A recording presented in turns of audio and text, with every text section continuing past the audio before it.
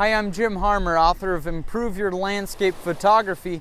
Today I'm here with a quick tip on how to improve your compositions in your landscape photography. We're here in Naples, Florida at the Naples Fishing Pier. What I want to do in this scene is show you what to do when you can't find a good foreground element. Here, there's nothing. We don't have any big seashells on the beach or a turtle coming up out of the water or a bird posing for us. Or a palm tree on the front of the beach. We have nothing in the foreground really.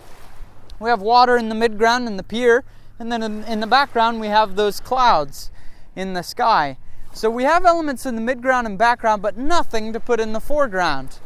And the reason we want something in the foreground is it makes the viewer of the photograph feel like they're there, because they can see the depth of what's close and what's far away, and it sucks them into the scene.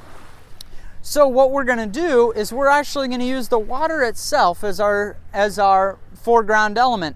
Notice as the waves come up the beach and then they recede, we get a little bit of that sea foam kind of streaking back, and we'll use a long exposure of about 2 seconds so that we can get the streaks of that foam going back. And that's going to bring a little bit of interest in the foreground, and it's going to give us that depth, that proper exposure that we really need for landscape photography. So I'm already set up here with the 2-second exposure. Aperture is f/22 for maximum depth of field, and the lowest ISO that we have so that we can get a long shutter speed. The lowest ISO we have is 100, so we'll go ahead and use that, and we'll click the picture. And we get some real neat pictures. We'll wait for this big wave, take it, and we're set. We're back from the beach and we're ready to post-process the image we just took. You'll notice that the image we took at the beach was pretty bland. It didn't have a whole lot of color, even though we had a cool composition in the image. So we're going to try to fix that a little bit in Lightroom 3. If you don't own Lightroom, you own Photoshop. It's going to do the exact same thing using Adobe Camera Raw. It is important that you use RAW to shoot landscapes, especially if you're going to shoot this kind of landscape where you're relying on that intense, in-depth light information from the RAW file to be able to make edits in Photoshop and pull some of that hidden color out of the file. So we'll go ahead and do that now. So this is the final image that we want to get, and we're just going to use Lightroom 3 or Adobe Camera Raw to get it. The edits that we're going to make are really simple and will take about 30 seconds. So this is the final image, and we'll reset this to go back to the original image that we shot at the beach. That's what came out. It's too flat. You notice how everything kind of has a gray look to the overall image? So we're going to boost up our contrast, and on this one we're going to use it actually quite a bit, a lot of contrast, more than we would in most images. We'll take that to 100. We'll add a little bit of clarity just for sharpness, especially in those clouds.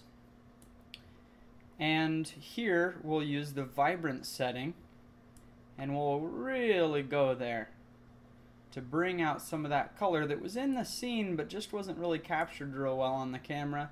And we'll just add just a touch of saturation. That's it. That's how we get to the final image that we need. You'll find that this kind of image works best when we're just before sunrise or just before sunset. And there is color in the scene, but it just hasn't quite peeked out yet. And a RAW file will carry that much detail so that you can go from practically nothing, the whitewash scene that we saw, into bringing out all that light information from the RAW file, and you get great results. So that's just one quick tip here from Naples, Florida on how to improve your compositions. For more, check out my ebook, Improve Your Landscape Photography, on pretty much any ebook store on the internet. It's on the Apple iPad, the iBook store, on the Kindle store. You can buy it on Kobo, Nook, any e-reader. Also, if you don't have an e-reader, but you'd still like to see the book, you can go to smashwords.com and just search Improve Your Landscape Photography. It'll pop right up. Buy the book for $5.99, and you can read a PDF version of the book on your computer. the book's just packed full of tips like this of ways to improve your composition, your lighting, and a lot of technical information too on how to get better photographs of landscape photography.